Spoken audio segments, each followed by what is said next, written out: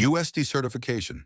For the first time in almost 30 years, the U.S. government has decertified Colombia, essentially declaring that it is not cooperating with international drug control efforts.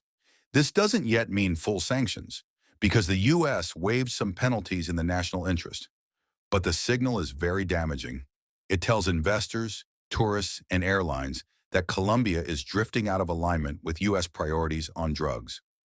Why it matters for tourism and economy.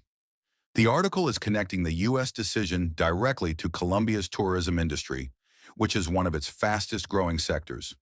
Travel warnings and tourism flows. U.S. State Department advisories are already cautious. After decertification, the expectation is that these warnings will become even stricter, making American tourists, one of Colombia's biggest markets, think twice about visiting.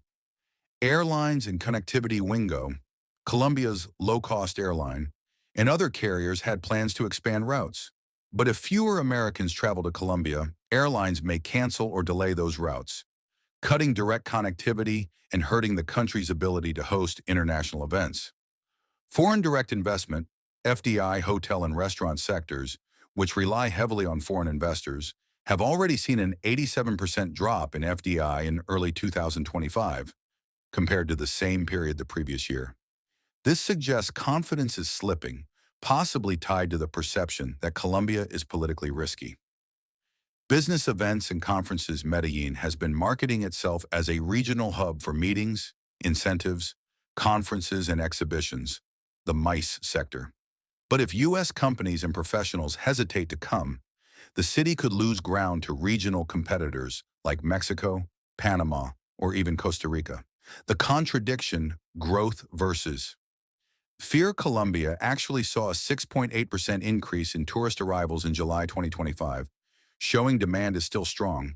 But at the same time, business leaders in Medellin, the Pisas, are alarmed about rising crime, bad headlines, and government policies they feel aren't addressing security.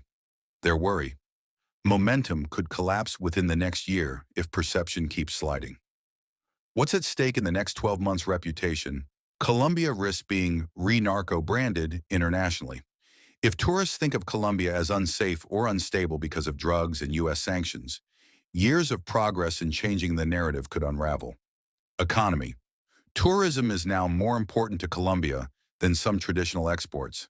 If confidence drops, it hits jobs, airlines, restaurants, and rural communities that depend on tourism.